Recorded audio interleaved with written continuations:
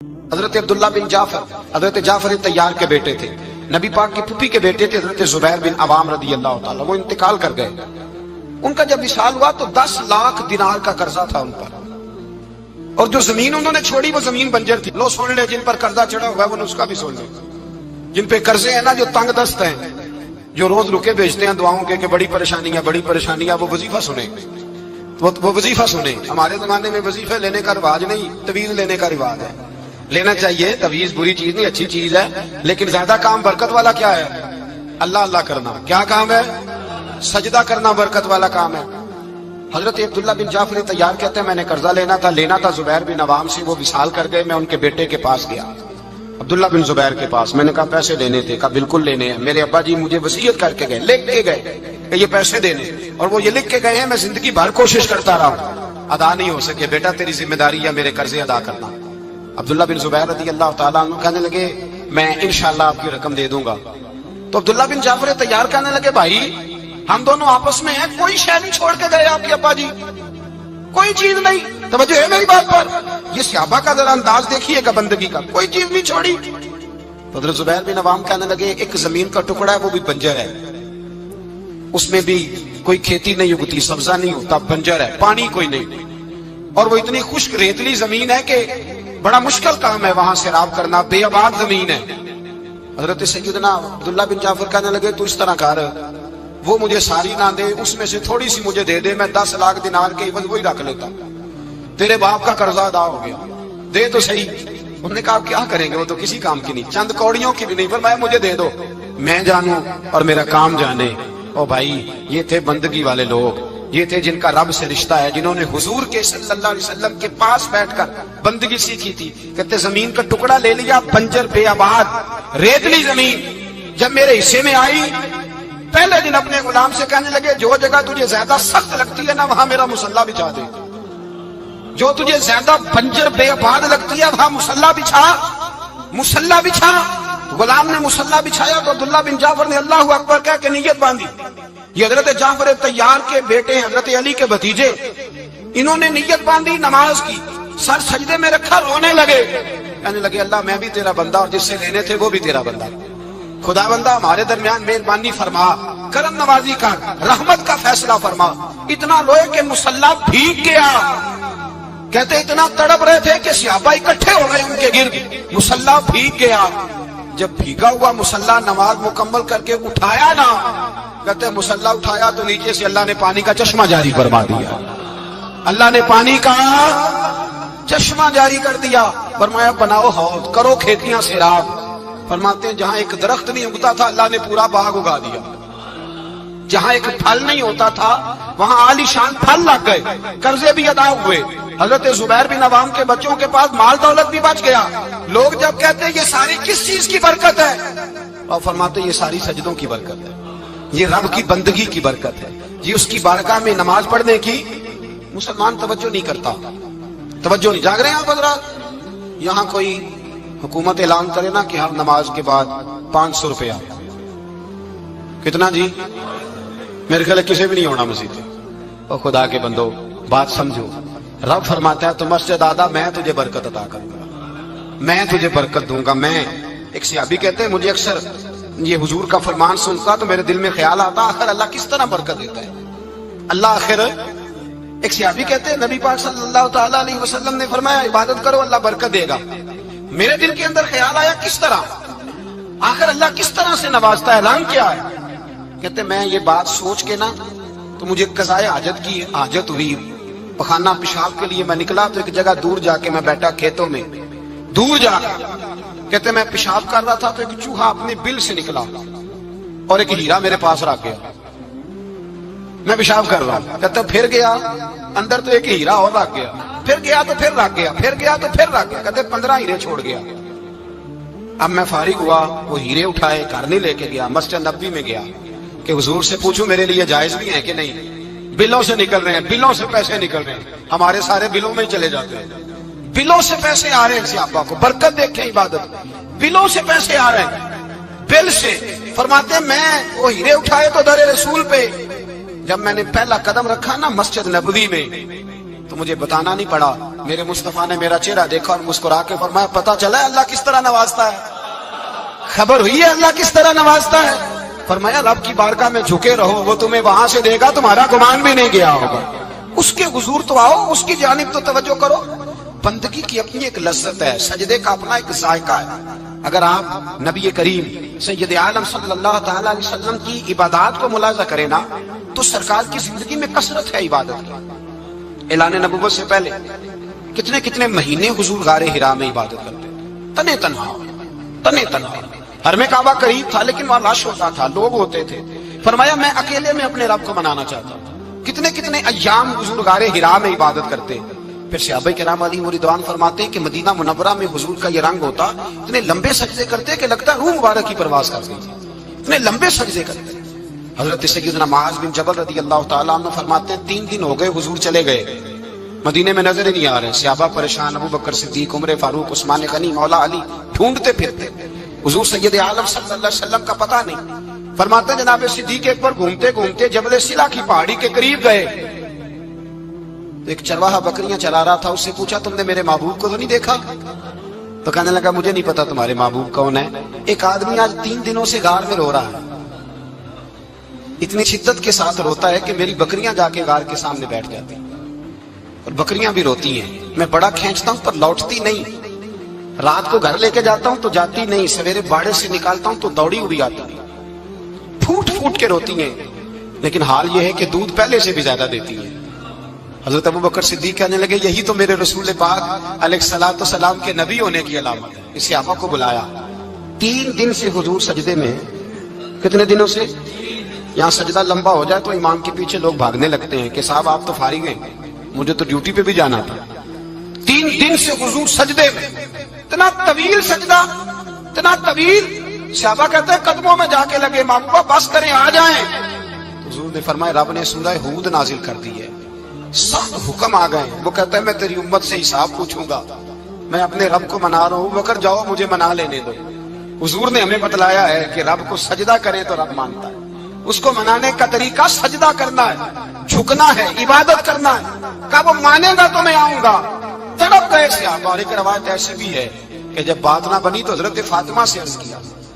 حضرت فاطمہ شام کا سناٹا چھایا، اپنے آپ کو کپڑوں میں لپیٹا، دائیں بائیں شہزادوں کے لیا تو حضور کی بارگاہ میں گئی، کہنے لگی محبوبہ بس کریں گھر آ جائے، مدینہ سونا ہو گیا ہے، مسجد نبی کی دیواریں بھی روتی ہیں، یا رسول اللہ ستون مجھ سے آپ کا پوچھتے ہیں، گھر آئے۔ نبی پاک نے فرمایا فاطمہ تو بھی دعا کر، میں بھی دعا کرتا۔ حضرت فاطمہ بھی ساتھ والے کونے میں سجدے میں گر گئی، پھر دعا ہوئی، پھر التجا ہوئی۔ حضرت جبریل آئے، کہنے لگے محبوبہ رب کہتا ہے سار اٹھاؤ، وَلَسَوْفَ يُؤْتِيكَ رَبُّكَ فَتَرْضَىٰ، اللہ فرماتا ہے میں آپ کو اتنا دوں گا کہ آپ مجھ سے راضی ہو جائیں۔ تو حضور تو سجدے کے عالم میں۔ حضرت سیدنا عبد الرحمن ابن عوف کہتے ہیں میں حضور کے ساتھ تھا، ہم مسجد نبی سے نکلے تو سامنے ایک باغ آیا، حضور فٹافٹ گئے اور باغ میں سر سجدے میں رکھ دیا، دیر تک حضور نے سجدہ کیا، اتنا لمبا کہ جیسے کسی کی روح پرواز کر گئی۔ کہتے میں حضور فارغ ہوئے تو عرض کی حضور اتنے لمبے سجدے کی وجہ؟ تو فرمایا میرے پاس جبریل آئے تھے اور انہوں نے کہا یا رسول اللہ رب کہتا ہے آپ کا جو امتی ایک بار درود پڑھے گا اللہ اس پہ 10 رحمتیں نازل کرے گا، اللہ اس کے 10 گناہ معاف کرے گا، اللہ اس کے 10 درجے بلند کرے گا۔ تو میں نے کہا سجدہ کر کے شکر نہ ادا کر لوں؟ اس بات پر میں سجدہ کرنے لگ گیا۔ اس بات پر ایک دوست کے ہاں بیٹا ہوا، مجھے کہنے لگے ایک مبارک ہو بھتیجا آیا ہے۔ میں نے کہا خیر مبارک۔ بڑے عرصے کے بعد اللہ نے نوازا، میں نے 5 کلو مٹھائی بھیجی آپ کی جانب، دوستوں کو کھلا دیجیے گا۔ میں نے کہا اور کتنی بانٹی؟ کہنے لگے منوں کے حساب سے۔ باقی معاملات کیسے؟ کہنے لگے کیا بات ہے، غریبوں کو، مسکینوں کو، لاچاروں کو، سب کو دیا۔ تو میں نے کہا نفل کتنے پڑے؟ کہنے لگا ٹائم نکالتا ہوں۔ میں ٹائم بیٹا کس نے دیا؟ شکر کس کا ادا کرنا تھا؟ بھئی یہاں حال یہ ہے ہمارا کہ ہمیں 2 رکھتے تھوڑی مشکل ہے۔ اگر کہا جائے کہ 25 من مٹھائی تقسیم کرنی ہے تو وہ آسان ہے، ہم نے اپنے لیے عبادت کو، ریاضت کو بہت سا بنا لیا، اس کو اتاریں کچھ بھی مشکل نہیں۔ رب کی بارگاہ میں جتنا بندہ جھکتا جاتا ہے اتنا ہی اللہ اسے اور عزت عطا کرتا جاتا ہے۔ بزرگوں سے کسی نے پوچھا تھا کہ میری اللہ قبول بھی ہے کہ نہیں؟ تو وہ کہنے لگے رب کو تیری پہلا سجدہ قبول تھا تو تب اس نے دوسرے کی توفیق دی تھی، اسے تیری فجر قبول تھی تو تجھے زور پڑھنے کی توفیق دی، اس نے تیرا پہلا روزہ قبول کیا تو دوسرا رکھنے کا موقع دیا۔ یہ علامت ہے قبولیت۔ میرے محبوب نے فرمایا بندگی کرو، اس کے حضور آؤ، کبھی کا صلاۃ اللیل پڑھو، کبھی کا تہجد پڑھو، کبھی کا اشراق پڑھو، کبھی کا چاشت پڑھو، کبھی کا اوابین پڑھو۔ اور میرے مصطفیٰ نے فرمایا ہو سکے تو اٹھ کے تہجد پڑھو، باقی نمازوں پہ رب تمہیں ثواب دے گا۔ اگر تہجد پڑھو گے تو رب تمہاری طرف دیکھ کے مسکرائے گا، جو اس کی شان کے لائق ہے وہ مسکرائے گا۔ مصلی آباد کریں، مصلی آباد کرنے سے روحانی زندگی آباد رہے گی، من کے اندھیرے دور ہوں گے، روح کی کساوتیں دور ہوں گی۔ انسان اللہ سے جڑا ہوتا ہے تو اس کی بندوں کی جانب توجہ ہی کم جاتی ہے، حسد کون کر رہا ہے، مخالفت کون کر رہا ہے، جھگڑا کون کر رہا ہے، بغض کون پیدا کر رہا ہے، ان چیزوں سے ویسے ہی بچا رہتا ہے۔ میرے محبوب پاک سید عالم صلی اللہ علیہ وسلم کثرت سے سجدہ کرتے ہیں۔ قیامت کے دن حضور شفاعت کس طرح کریں گے؟ سجدہ کر کے 4 سجدے کریں گے حضور۔ بخاری مسلم میں موجود ہے، صحابہ کرام فرماتے ہیں حضور نے فرمایا جب امتیں پریشان ہو کے نبیوں کے پاس جائیں گے تو پھر میرے پاس آئیں گی، جب میرے پاس آئیں گی تو میں سجدہ کروں گا اور خدا سے کہوں گا یا اللہ ان کا حساب تو شروع کر۔ فرمایا میرے ایک سجدے سے اللہ حساب شروع کرے گا۔ پھر میرے غلام رہ جائیں گے جنہوں نے بہانے بنائے ہوں گے، نماز پڑھی ہوگی، یہ بہانہ ہے خدا کی رحمت حاصل کرنے کا، جن کے پاس تو کچھ ہوگا وہ تو اس بہانے کے سبب چلے گئے، گناہ گار رہ گئے، تڑپ کے کہیں گے محبوبہ ہم کیا کریں؟ تو حضور فرماتے ہیں میں لمبا سجدہ کروں گا۔ فرماتے ہیں میں لمبا سجدہ جب کروں گا تو رب لمبے سجدے کے بعد فرمائے گا محبوب سر اٹھائیے، آپ مانگیے میں عطا کرتا ہوں، آپ سوال کیجئے میں دیتا ہوں، آپ سفارش کیجئے میں قبول کرتا ہوں۔ تو میں اللہ میرے گناہ گاروں کو بخش دے۔ رب کہے گا جس کے دل میں رائی کے دانے کے برابر ایمان ہے اسے لے جائیے، لے جائیے، لے جائیے اسے۔ ایک حدیث میں ہے جس کے دل میں جو کے دانے کے برابر ایمان ہے لے جائیے۔ حضور فرماتے ہیں ان کو جنت میں بھیج کے میں پھر سجدے میں گر جاؤں گا۔ لمبا سجدہ، تیسرا سجدہ، اے اللہ مہربانی کا رحمت فرما۔ اللہ کہے گا محبوب سر اٹھاؤ، جو مانگو گے میں دوں گا، یا اللہ اور فضل کا۔ جس کے دل میں رائی کے دانے سے بھی کم ایمان ہے محبوب اسے بھی جنت میں لے جاؤ۔ حضور فرماتے ہیں میں اور سجدہ کروں گا، پھر جس کے دل میں اس سے بھی کم ایمان ہوگا اسے بھی لے جاؤں گا۔ صبح قیامت میرے مصطفیٰ کریم علیہ السلام امت بھی سجدہ کر کے بخشوائیں گے۔ جب حضور سجدے کر رہے ہیں تو امت کیوں نہیں کر رہی؟ حضور سجدے کر کے بخشوائیں گے، امت سجدہ ہی نہیں کر رہی، توجہ ہی نہیں کر رہی۔ میرے بھائی سجدے کی اتنی کیفیت ہے، عبادت کی اتنی لذت ہے کہ حضرت عائشہ فرماتی ہیں تیز آندھی آتی تو حضور نماز پڑھنے لگے، تیز آندھی آتی تو نماز پڑھتے، بارش نہ ہوتی تو نماز پڑھتے، بارشیں زیادہ ہوتی تو نماز پڑھتے، سورج گرہن ہوتا تو حضور نماز پڑھتے، چاند گرہن ہوتا تو نبی پاک، بلکہ حضرت عائشہ کہتی ہیں گرہن لگا چاند کو تو حضور نے فٹافٹ سر سجدے میں رکھ دیا، اور نماز کے بعد حضور رونے لگے، کہنے لگے اے اللہ تو نے کہا نہیں تھا کہ میں تیری موجودگی میں انہیں عذاب نہیں دوں گا؟ اللہ درگزر کر اپنے بندوں سے، رحمت فرما، کرم نوازی فرما۔ فرمایا ہر موقع پر حضور نماز پڑھتے۔ سید عائشہ صدیقہ فرماتی ہیں کبھی کبھی میرے بسترے نور میں حضور ہوتے، فرماتے ابو بکر کی بیٹی تو اجازت دے تو رب کو راضی نہ کر لوں؟ میں کہتی میری کیا جرت ہے؟ تو حضور نماز کی نیت باندھتے۔ بخاری مسلم میں لفظ ہیں، حضرت عائشہ کہتی ہیں حضور اتنی لمبی نماز پڑھتے کہ قدموں میں ورم آ جاتا، اتنی لمبی بندگی فرماتے کہ قدم مبارک سوج جاتے، ورم آتا۔ میں عرض کرتی حضور آپ کی برکت سے اللہ اگلے پچھلوں کو معاف کرے گا، آپ اتنی آہوزاری کیوں کرتے ہیں؟ اللہ نے آپ کو محبوب بنایا ہے، شفاعت کا حق دیا ہے، سب سے اعلیٰ امت دی، حضور اتنی آہوزاری؟ تو حضور فرماتے عائشہ تو نے بتایا ہے نا رب نے مجھے بڑا دیا ہے، افلا اکون عبدا شکورا، اب میں رب کا شکریہ ادا نہ کروں؟ میں لمبی نمازیں پڑھ کے اس کا شکریہ ادا کرتا ہوں، اس کی بارگاہ میں حاضر ہوتا ہوں۔ میرے بھائی نماز نہیں تو انسان کاہے گا، سجدہ نہیں تو اس نے زندگی کہاں بتا دی؟ اگر اللہ کی بارگاہ میں ایک صحابی نے سر سجدے میں رکھا تو ماتھے پہ مٹی لگ گئی، وہ جھاڑنے لگے، میرے قریب نے فرمایا نہ جھاڑ، جب تک سجدے کی مٹی پیشانی پہ رہتی ہے اللہ کے فرشتے درود پڑھتے رہتے ہیں، اس سے رہنے دو، یہ تو لذت ہے۔ عزت والا وہ ہے جو مالک کی بارگاہ میں۔ حضرت صلہ بن اشیم کے بارے میں صحابہ کہتے ہیں بڑے عبادت گزار تھے، نیک تھے۔ حضرت انس بن مالک کہتے ہیں ہم نوجوانوں کا دل کیا کہ ذرا اس صحابی کی عبادت کا تو پتہ کریں، کس طرح کی ہے عبادت کا تو پتہ کریں۔ فرماتے ہیں جنگ کا موقع تھا، رات کے وقت جب دنیا سو گئی نا تو وہ بھی لیٹ گئے، جب دیکھا سب لوگ سو گئے تو چپکے سے اٹھے تو جنگل میں چلے گئے، جنگل میں جا کے نماز کی نیت باندھ لی۔ صلہ بن اشیم صحابی ہیں، وہاں نماز پڑھنے لگے، کہتے ہیں میں بھی پیچھے پیچھے ہو گیا کہ پتہ تو کروں کس طرح پڑھتے ہیں۔ تھوڑی دیر گزری تو شیر آ گیا، شیر نے آ کے تھاڑا، للکارا، فرماتے ہیں میں ڈر کے درخت پہ چڑھ گیا۔ حضرت صلہ بن اشیم نے نماز کا سلام پھیرا، اطمینان کے ساتھ شیر سے کہنے لگے اور جا چلا جا کہیں اور رزق تلاش کر، میں تو اپنے رب کی عبادت کر رہا ہوں۔ میں تو اس کی بارگاہ میں جھکا ہوا ہوں، مجھ پر تیرا قبضہ نہیں ہو سکتا۔ جب جنگلی درندوں کا قبضہ نہیں ہو سکتا تو کسی اور درندے کا عبادت گزار پہ قبضہ ہو سکتا ہے؟ حضرت انس بن مالک فرماتے ہیں مجھے سمجھ آ گئی، جو درندوں سے بچنا چاہے، ظالموں، جابروں، فاسقوں سے بچنا چاہے، وہ اپنے آپ کو رب کی بارگاہ میں جھکائے، وہ اس کے حضور حاضری دے جو بچنا چاہے۔ میرے بھائی، رمضان المبارک آیا، مسجدیں بھری، 2-3 دن 4 دن نئی صفیں خریدی لوگوں نے، پھر 2-4 روزے گزرے، پھر چند دن گزرے، پھر وہی معمول کے نمازی۔ ایک بات بتاؤ،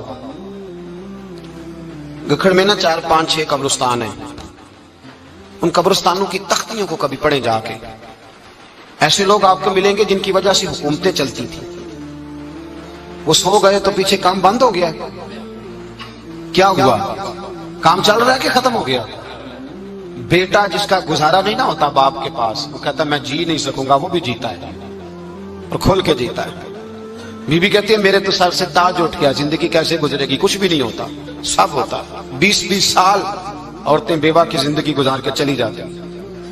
یہ جو ہم نے اپنے اوپر بہت زیادہ بوجھ رکھا ہوگا نا، جھوٹ بولتے ہیں بہت سارے لوگ، مجھے وقت نہیں ملتا نماز کا، یہ بہت بڑی جرت ہے، بہت بڑی۔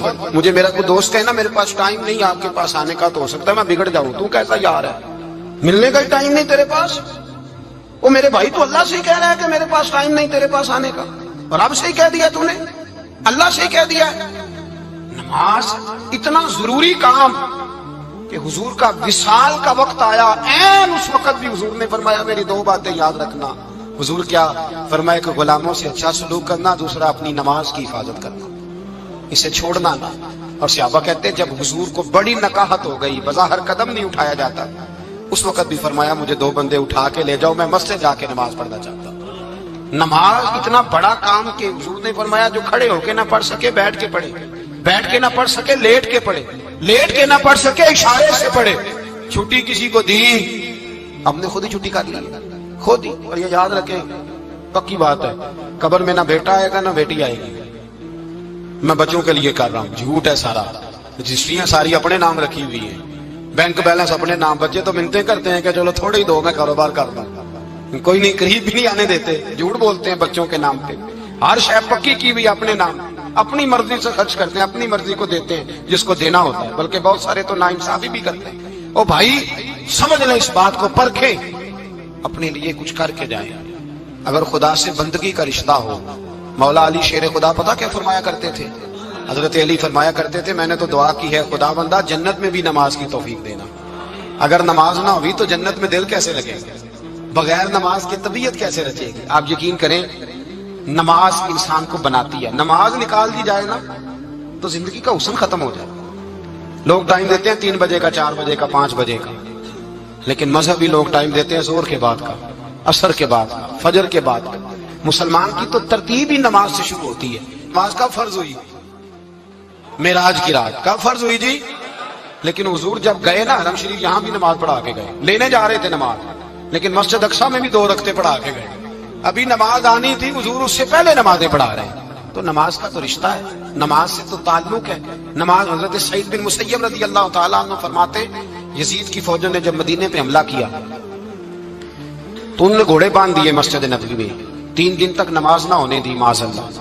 فرماتے ہیں میں دیوانہ بن کے حضور کی قبر کے پاس بیٹھ گیا، میں دیوانہ بن گیا کہ وہ مجھے پاگل اور دیوانہ سمجھ کے چھوڑ دے۔ فرماتے ہیں قسم اللہ کی عزت کی جب نماز کا وقت آتا تھا حضور کی قبر سے اذان کی آواز آتی تھی، قبر انور سے جماعت کرانے کی آواز آتی تھی، قبر کے اندر سے۔ گویا میرے مصطفیٰ، شاید اسی لیے حضور نے 2 غلاموں کو ساتھ رکھا ہے، اذان بھی ہوتی رہے جماعت بھی ہوتی رہے۔ حضور تو اندر بھی جماعتیں کرا رہے ہو بھائی، وہاں بھی جماعتیں ہو رہی ہیں، اور تو یہاں نماز نہیں پڑھ رہا اور بہانہ بنا کے کھڑا ہے بہانہ بنا کے۔ نہ ایسا کر، وہ بھی جتنا وقت ملے مسجد میں جا کے گزارے، قرآن شریف کے ساتھ گزارے، ذکر کے ساتھ گزارے، عبادت